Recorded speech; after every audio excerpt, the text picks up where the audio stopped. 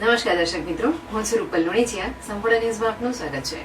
વડગામના છાપી ગામે નકલી ડીવાયએસપી બનીને આવેલા ગઠિયાએ એક બિલ્ડર પાસેથી પોતાની વાકછટા દ્વારા સંબંધ બનાવી ₹38 લાખના ઉછીલા લઈ ફરાર થઈ જતા બિલ્ડરે છાપી પોલીસ મથકે ફરિયાદ નોંધાવતા છાપી પોલીસે નકલી ડીવાયએસપીને દબોચી જેલના હવાલે કર્યો હતો. પ્રાપ્ત વિગતો મુજબ છાપી ખાતે આવેલા શુકુન વિલા બંગલોઝમાં 6 માસ પૂર્વે મૂળ રહેઠાણ સડોઈ તાલુકો મોડાસાનો જીતેન્દ્રસિંહ ઉદયસિંહ રાઠોડ નામનો એક શખ્સ પોતે ડીવાયએસપી હોવાનું તેમજ પોતે મુખ્યમંત્રીની સુરક્ષામાં ફરજ બજાવતો હોવાનું જણાવી સુકુન વિલામાં એક મકાન ₹50,000 બાનું આપી 30 લાખમાં વેચાણથી લીધું હતું.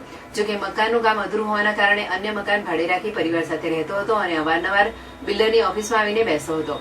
ગત તારીખ 20/2/2025ના રોજ બિલ્ડર વિજયભાઈ ચૌધરી તેમજ તેમનો ભાઈ ધનરાજભાઈ હાજર હતા. તે દરમિયાન આ નકલી ડીવાયએસપીએ જણાવ્યું હતું કે મેં ગાંધીનગર જિલ્લાના કુરાસા ગામે 70 લાખમાં જમીન ખરીદી છે, તો મારે 15 દિવસ માટે રૂપિયાની જરૂર છે. તો બિલ્ડરે હાલમાં રૂપિયા નથી, પરંતુ ડીવાયએસપી મુખ્યમંત્રીની સુરક્ષામાં હોય જેથી છેતરાઈ એને 38 લાખ રોકડા ઉછીના આપ્યા હતા. જોકે વાયદા મુજબ પરત ના આપતા અને ફરાર થતા બિલ્ડર દ્વારા તપાસ કરતા આ નામનો કોઈ વ્યક્તિ પોલીસ ડિપાર્ટમેન્ટમાં અને મુખ્યમંત્રીની સુરક્ષામાં તૈનાત ન હોવાનું જણાતા ઠગાઈ થયાનું જણાતા પીડિત બિલ્ડરે છાપી પોલીસ મથકે ફરિયાદ નોંધાવતા છાપી પીઆઈ હિનાબેન વાઘેલા, પોલીસ કોન્સ્ટેબલ સુરેશભાઈ સહિતની ટીમ દ્વારા હ્યુમન તેમજ ટેકનિકલ સોર્સિસ દ્વારા આરોપી જીતેન્દ્રસિંહ રાઠોડને ઇકો સ્પોર્ટ્સ કાર સાથે છાપી હાઈવેથી ઝડપી પાડી જેલના હવાલે કર્યો હતો. છાપી વિસ્તારમાં નકલી ડીવાયએસપી ઝડપાતા વિસ્તારમાં ચકચાર મચી જવા પામી છે.